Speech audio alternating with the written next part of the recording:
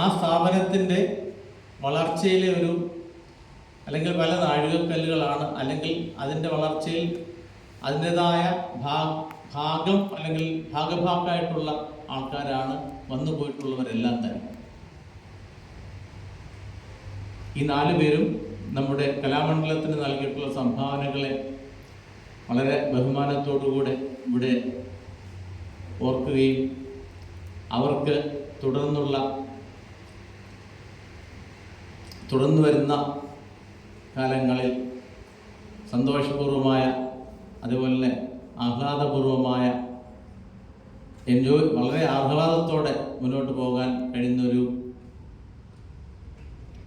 കാലമുണ്ടാകട്ടെ എന്നും ആശംസിച്ചുകൊണ്ട് ഞാൻ അവസാനിപ്പിക്കുന്നു. നന്ദി, നമസ്കാരം.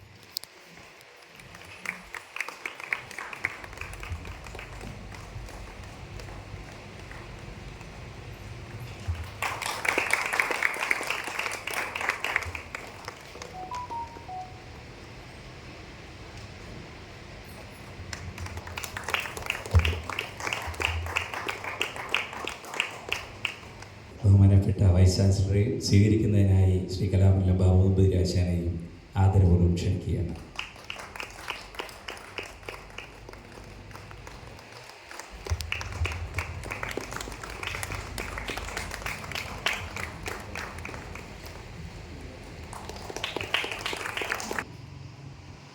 ആദരം നൽകുന്നതിനായി വൈസ് ചാൻസലറെയും സ്വീകരിക്കുന്നതിനായി കലാമണ്ഡലം മോഹനകൃഷ്ണൻ ആശാനെയും ആദരപൂർവ്വം ക്ഷണിക്കുന്നു.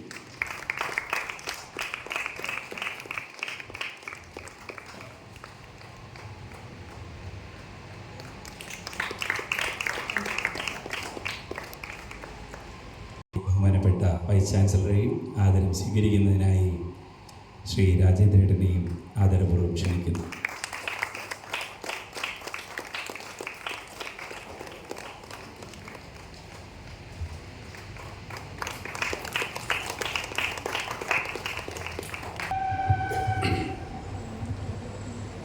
ആരാധ്യനായ VC-ക്കും എല്ലാ അധ്യാപകർക്കും രാജേന്ദ്രേട്ടൻ ഉൾപ്പെടെയുള്ള ഇന്ന് വിരമിക്കുന്ന എല്ലാവർക്കും വിനീതമായ നമസ്കാരം. ഇവിടെ നിൽക്കുമ്പോൾ കുഞ്ഞുണ്ണി മാഷ് ഒരു കവിതയാണ് ഓർമ്മ വരുന്നത്. കാക്ക പാറി വന്നു, പാറമേലിരുന്നു, കാക്ക പാറിപ്പോയി, പാറ ബാക്കിയായി. പറയാൻ കാരണം, നമ്മൾ കേട്ട് അറിഞ്ഞിട്ട് പോലും ഇല്ലാത്ത ഒരു കലാമണ്ഡലം ഉണ്ടായിരുന്നു. പിന്നെ നാം വളർന്നു വന്ന് കലയുടെ മേഖലകളിലേക്ക് വരികയും കലാമണ്ഡലത്തിൽ എത്തിച്ചേരുകയും അത് നമ്മളുടെ ഒരു കുടുംബമായി മാറുകയും ആ സ്ഥാപനം നമ്മളെ മരണം വരെയുള്ള അന്നദാതാവായി മാറുകയും ചെയ്തിട്ട് ഇവിടെ നിന്ന് നമ്മൾ ഇറങ്ങുകയാണ്. അന്നും കലാമണ്ഡലമുണ്ട്, ഇന്നും കലാമണ്ഡലമുണ്ട്, ഇനിയും കലാമണ്ഡലമുണ്ട്. പക്ഷെ നാം അറിയേണ്ടത്, നമുക്ക് കിട്ടിയ നിമിഷങ്ങൾ, മണിക്കൂറുകൾ, ദിവസങ്ങൾ, വർഷങ്ങൾ നമ്മൾ ഈ കലയോടും നമ്മുടെ ഈ സ്ഥാപനത്തോടും എത്രത്തോളം നീതി പുലർത്തി എന്നുള്ളത് കണക്കാക്കിയിട്ടാണ് നമ്മുടെ ഭാവി കലാമണ്ഡലവുമായിട്ട് തുലനം ചെയ്യുന്നത്. ആ നിലയ്ക്ക് എന്നെക്കാൾ 1 വയസ്സിന് മുതിർന്ന ശ്രീ ബാബുവേട്ടനും ശ്രീ അച്യുതാനന്ദേട്ടനും ശ്രീ മോഹനകൃഷ്ണേട്ടനും രാജേന്ദ്രേട്ടനും 4 പേരും അവരവരുടേതായ കർമ്മങ്ങളിൽ വ്യക്തിമുദ്ര പതിപ്പിച്ച ആൾക്കാരാണ്. സ്വയം വളരുകയും അടുത്ത തലമുറയെ വളർത്തെടുക്കുകയും ചെയ്ത ഒരു നല്ലൊരു പാരമ്പര്യത്തിൻ്റെ ഉടമകളായി നാളെ ചരിത്രം രേഖപ്പെടുത്തുമ്പോൾ, രാത്രിക്ക് പകലെന്ന പോലെ, ജനനത്തിന് മരണം എന്ന പോലെ ഇവിടെ ആരംഭം കുറിക്കാനുള്ള ഒരു ദിവസമുണ്ടെങ്കിൽ വിരമിക്കാനുള്ള ഒരു ദിവസവും നമ്മുടെ കൂടെയുണ്ട് എന്നുള്ള സത്യവും ഇങ്ങനെ കാലങ്ങളായി തുടർന്നുകൊണ്ടിരിക്കുന്നു. ഏതായാലും സത്യം പറഞ്ഞാൽ ഒരു കലാകാരൻ എന്നുള്ള നിലയ്ക്ക് ഇവിടുന്ന് പെൻഷനാകുമ്പോഴാണ് ടെൻഷനൊന്നുമില്ലാതെ കലാമേഖലയിൽ ജീവിക്കാൻ പറ്റുക എന്ന് തോന്നുന്നു. കാരണം ഇന്നും ഒരു പ്രോഗ്രാം ഉള്ളതായിരുന്നു. സത്യത്തിൽ നമ്മുടെ സഹപ്രവർത്തകർ യാത്രയാക്കുന്ന ഒരു വേളയിൽ, വൈസ് ചാൻസലർ പങ്കെടുക്കുന്ന ഒരു വേളയിൽ മറ്റ് നിർവാഹങ്ങളൊന്നും ഇല്ലാതെ ഈ കാരണം പറഞ്ഞ് തന്നെയാണ് കളിയിൽ നിന്നും ഒഴിഞ്ഞത്. ഏതായാലും ഈ ഒരു നിമിഷം നമുക്കെല്ലാവർക്കും ഉള്ളതാണെന്നുള്ള ബോധ്യത്തോടു കൂടി ഇവർക്ക് എല്ലാവിധ മംഗളാശംസകളും നേരുന്നു. നന്ദി. സർവീസ് പൂർത്തിയാക്കി ഇറങ്ങുന്ന ബാബുട്ടൻ, അച്യുതാനന്ദൻ, മോഹനകൃഷ്ണൻ, രാജേന്ദ്രൻ ഇവർക്ക് എല്ലാവിധ ആശംസകളും ഞാൻ നേരുന്നു. ബാബുട്ടൻ്റെ റിട്ടയർമെൻറ്റിനെ കുറിച്ച് കാര്യങ്ങളൊക്കെ പറഞ്ഞു, അച്യുതാനന്ദനും വളരെ കുറച്ച് പറഞ്ഞു. ഇനിയിപ്പം ബാക്കിയുള്ളത് നമ്മളെ മോഹനകൃഷ്ണനാണ്. എന്തായാലും ഞങ്ങൾ രണ്ടാളും ഒപ്പം പഠിക്കാൻ വന്നതാണ്, ഒരേ വർഷം പഠിക്കാൻ വന്നു. ആ സുഹൃത്ത് ബന്ധം ഇന്നും വളരെ കെട്ടുറപ്പോട് കൂടി സൂക്ഷിക്കുന്ന രണ്ട് സുഹൃത്തുക്കളാണ് ഞങ്ങൾ. കുറേ കാലത്തിന് കലാമണ്ഡലത്തിൽ വന്ന് ചേർന്നിട്ട് 2-3 മാസമൊക്കെ കഴിഞ്ഞിട്ടാണ് ഞാൻ മോഹനകൃഷ്ണനെ കണ്ടപ്പോൾ എനിക്ക് ഒരുപാട് സീനിയറാണെന്ന് വിചാരിക്കുന്നത്. അതുമാത്രമല്ല, അന്ന് കേരള കലാമണ്ഡലത്തിൽ നിക്കറിട്ട് നടന്നിരുന്ന 2 വ്യക്തികളിൽ ഒരാൾ ഞാനാണ്. മോഹനകൃഷ്ണൻ ഇടയ്ക്കിടയ്ക്ക് എന്നെ മരക്കും വന്നിട്ട്. പിന്നെ മൂപ്പരൊരു കൂട്ടുണ്ട്, ചങ്കായിരുന്നു, പാട്ട് ജയപ്രകാശ്. ഇത് രണ്ടാളും കൂടി നമ്മളിങ്ങനെ വൈകുന്നേരമൊക്കെ എവിടെയെങ്കിലും കണ്ട ഓരോന്ന് പിടിച്ച് മരപ്പിക്കുക. ഭയങ്കര പേടിയാണ്. കലാമത്തിൽ ലൈറ്റില്ല, ബൾബ് കത്തുന്നുണ്ടോ നോക്കാൻ വേറെ വല്ല ടോർച്ച് എന്തെങ്കിലും വേണം. ആ കാലഘട്ടത്തിൽ ജീവിച്ചിരുന്ന ഒരു കാലത്താണ് ഞങ്ങളെ വിദ്യാഭ്യാസങ്ങൾ ഉണ്ടായിരുന്നത്. പക്ഷേ കുറേ കാലം കഴിഞ്ഞപ്പോഴാണ് മോഹനകൃഷ്ണൻ എൻ്റെ ഒപ്പം വന്നതാണെന്നുള്ളത്.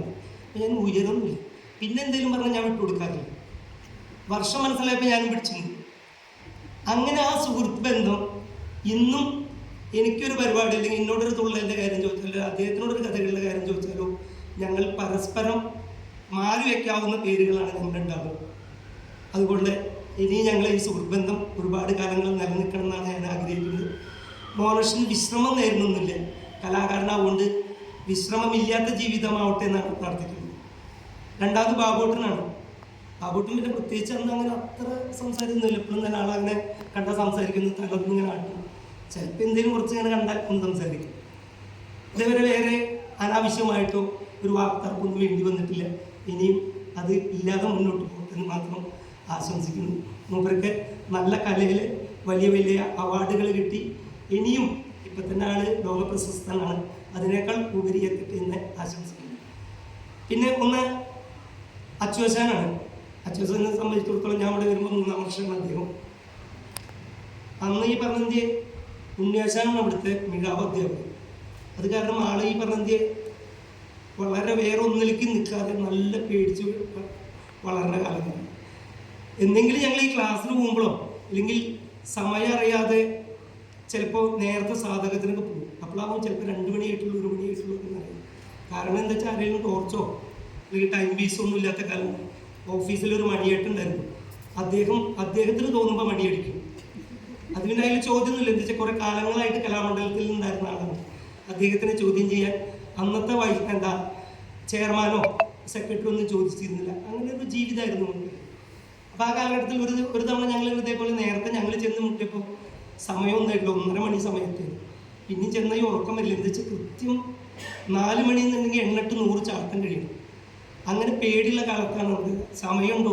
ഒരു ട്രെയിനുണ്ട്, ആ ട്രെയിൻ വൈകിയാൽ അന്ന് ഞങ്ങളും വൈകും. അങ്ങനെയാണത്.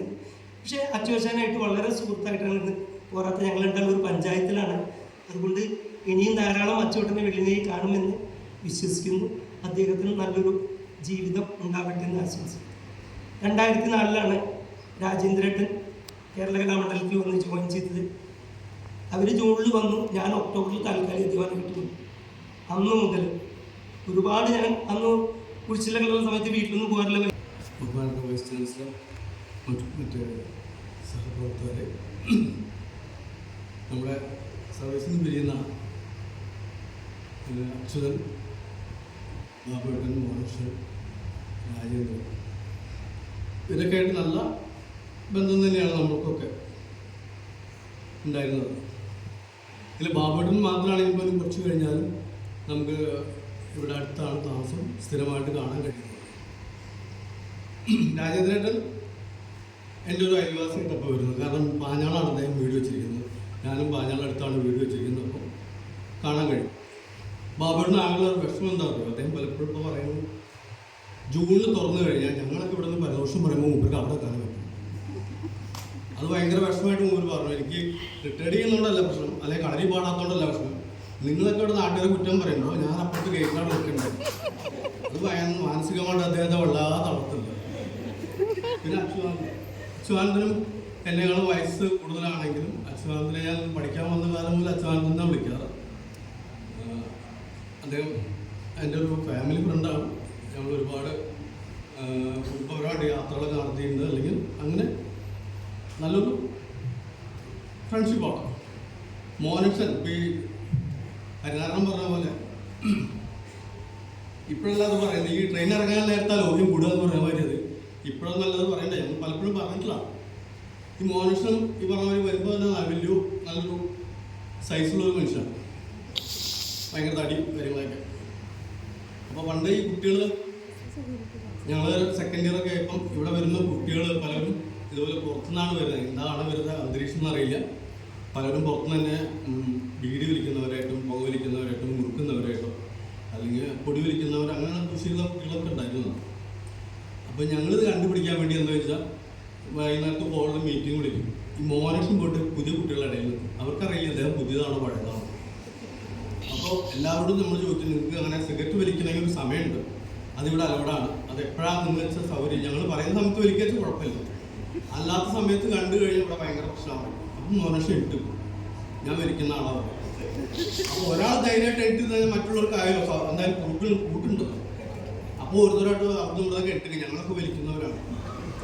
അപ്പോൾ അത്രയും പേരെ പിടിച്ചുകൊണ്ട് പിന്നെ അത് മോനക്ഷനൊക്കെ വളരെ ഹാസ്യമായിട്ട് വളരെ ഭംഗിയായിട്ട് തുള്ളിലുള്ള അദ്ദേഹത്തിൻ്റെ ഹാസ്യത്തേക്കാൾ കൂടുതൽ അദ്ദേഹം ജീവിതത്തിൽ ഒരുപാട് ഹാസ്യം പറയുന്ന ഒരാളാണ്. നമ്മൾ കാണുമ്പോൾ മോനക്ഷൻ വെറുതെ കുഞ്ഞിനോടുകൂടി നമ്മളെ മാറി പോകുന്നുള്ളൂ. ജീവിതത്തിൽ അല്ലെങ്കിൽ അദ്ദേഹത്തിനുള്ള ഒരുപാട് നന്മയുണ്ട്.